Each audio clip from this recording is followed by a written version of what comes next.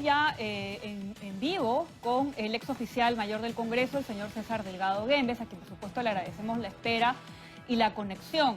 Y queremos hablar, en primer lugar, de esto último que hemos visto, señor Delgado Guembes, la posibilidad de que el señor Maraví sea llevado ante la Comisión de Ética para determinar si su actitud frente a la policía constituye o no un abuso del ejercicio de poder.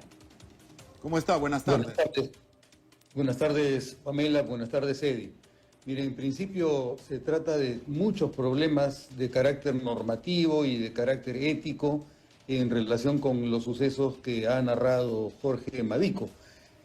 Aparte que hay uno aparentemente insuficientemente mencionado, que es la imposibilidad constitucional de que las Fuerzas Armadas o la Policía Nacional ingresen al recinto del Congreso, salvo con autorización del presidente del Congreso. No basta con que haya sido solicitada su presencia por congresistas o por personal. Para que las Fuerzas Armadas o la Policía Nacional ingresen al recinto del Congreso, de acuerdo al artículo 98 de la Constitución, se requiere la autorización del presidente del Congreso. Si esa autorización no ha sido conferida, obviamente estamos ante una irregularidad por desconocimiento probablemente de personal de la Policía Nacional que no debió ingresar al recinto del Congreso. Eso es un problema preliminar, pero más allá, en relación con la pregunta que ustedes formulan sobre la conducta del señor Iber Maraví, obviamente se puede cuestionar y se puede evaluar el carácter ético de su comportamiento y puede incluso dudarse respecto a la posibilidad de que su conducta sea denunciada ante el Senado por un diputado, que creo que también es otro de los temas que está pendiente, porque el reglamento del Congreso señala que ninguna Cámara puede interferir en el comportamiento disciplinario o ético de miembros de la otra Cámara. Dice ninguna Cámara, no dice ningún congresista o ningún diputado frente a un senador o a un senador frente a un diputado. Entonces, esta referencia también es muy importante porque si se tratara de que un diputado cuestionara la conducta ética o disciplinaria de un senador, la propia Comisión de Ética del Senado tendrá que evaluar si se está ante una interferencia o limitación violatoria del artículo correspondiente del reglamento del Congreso, en la que se señala que ninguna Cámara, pero no necesariamente ningún miembro de una Cámara, que no pueda presentarlo. ¿Por qué? Porque en el reglamento de ética también se prevé que quien puede presentar denuncias de carácter ético contra un senador o contra un diputado puede ser cualquier ciudadano. Entonces, ahora, de que un ciudadano o un senador o un diputado no pueda presentar un recurso o una denuncia en la Comisión de Ética, sino que de lo que se trata es que una Cámara no puede abocarse al comportamiento ético o disciplinario de miembros de la otra Cámara. Correcto. Entonces, ahora, señor sí. Delgado, desde su experiencia, desde su punto de vista, ¿existe aquí una causal para llevarlo a una comisión de ética o no? Mira, Eddie, en realidad se trata de comportamientos que han venido siendo utilizados en el Congreso, mira, desde los años 80. Yo recuerdo cuando el señor Hugo Blanco, por ejemplo, interfería en las huelgas sin que esto significara ningún tipo de agresión a la policía. Sí tienen derecho a intervenir y la policía debe respetar esa investidura. La señora Lourdes Alcorta señala que es un comportamiento groseramente lesivo contra la ética. Puede afirmarlo, pero eso quien tiene que dilucidarlo será la Comisión de Ética.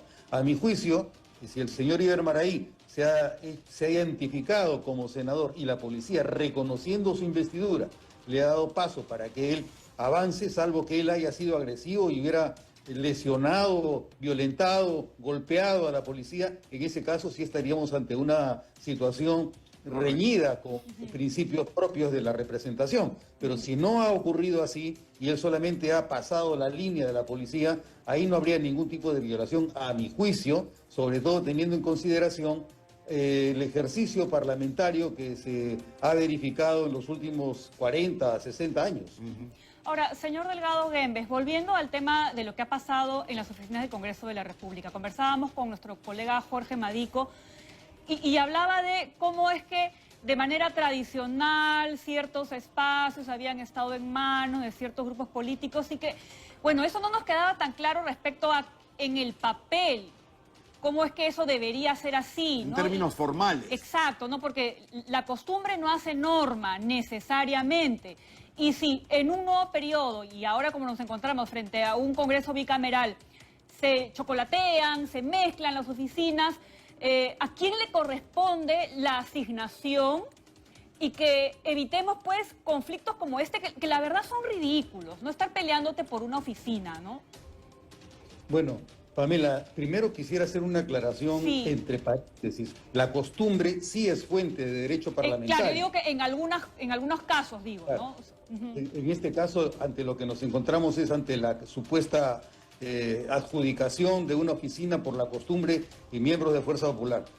En realidad, ante lo que nos encontramos es ante la indecisión del órgano competente para resolver esta disputa. ¿Y El cuál órgano es ese órgano, competente- si nos permite la precisión?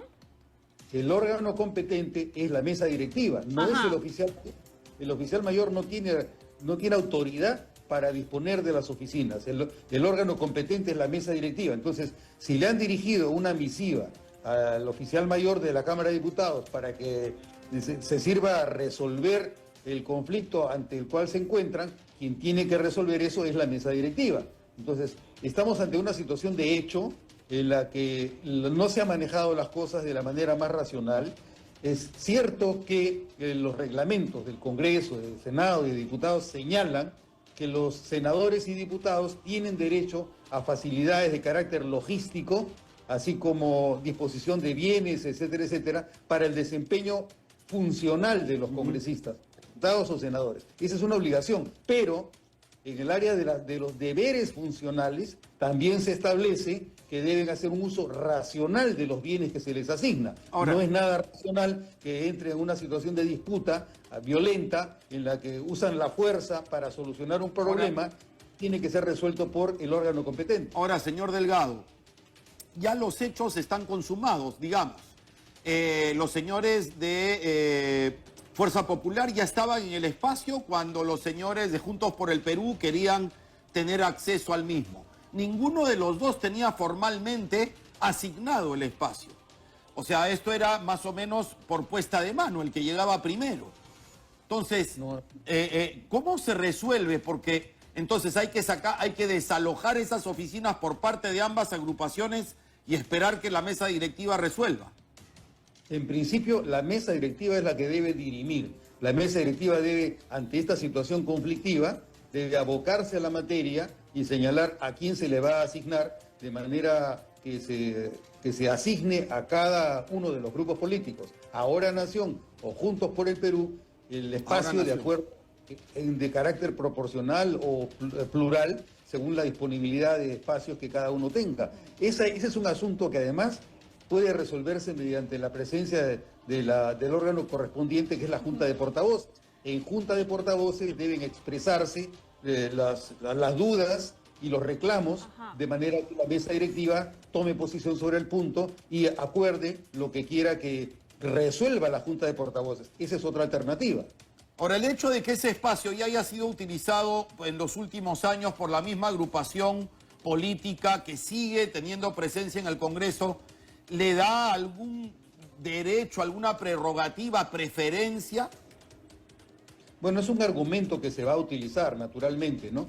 Pero obviamente es insuficiente respecto de la decisión que debe tomar la mesa directiva, que como sabemos, no es una mesa que tenga afinidad con Fuerza Popular. Correcto. Y podría tenerla con Ahora Nación. En todo caso, no hay manera de resolver el conflicto sino a partir de la decisión del órgano competente. Puede convocarse a la Junta de Portavoces para ventilar el problema y la mesa directiva adoptará el acuerdo que sea conveniente según lo que escuche en la Junta de Portavoces. Bien, señor Delgado, muchas gracias por su participación. Muy amable. Bastante clara su postura también.